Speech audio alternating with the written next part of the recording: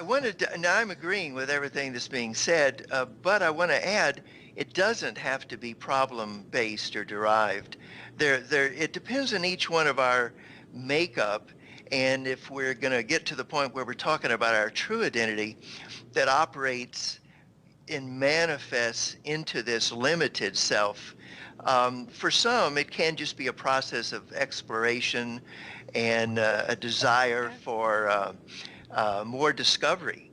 So Absolutely. yes, we might fall into it through pain. We might discover it in an entirely different way. I mean, we might be in a cultural group, a family, a community that encourages us to find a spiritual center, for instance, and that might start the search for the larger identity. So yes, it can be problems, but it can be a number of things that get us started. But then it's the process of differentiating between what we're observing and who we are.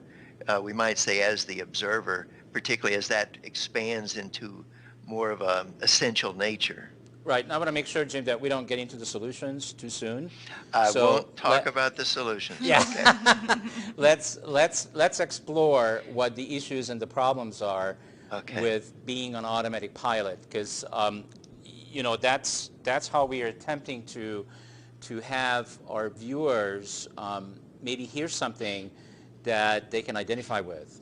And Right. Well, let me go ahead and say then, now that I understand what you're saying here, just imagine the emotional energy that keeps cropping up that locks us into pattern reactions, that we're throughout the day just constantly reacting, and the energy that goes with the self-talk that is going on all the time.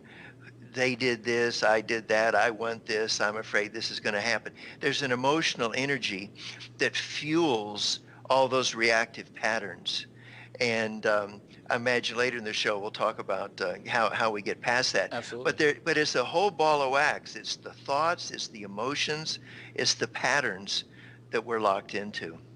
Okay, so I'm going to go out on a limb and say that every human being, as far as I can tell, and I could be wrong here, has some kind of a trauma early in life when we are little kids.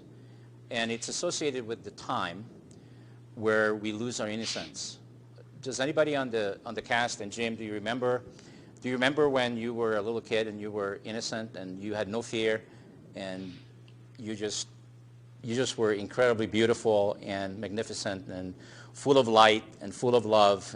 and You know, I have a do, sense of it, and I can sort of imagine it, but it's mostly through my study of what might have got me to where I am, or how I broke away from that innocence, that I can most recreate it. But yes, it's a very lovely thought to remember our innocence.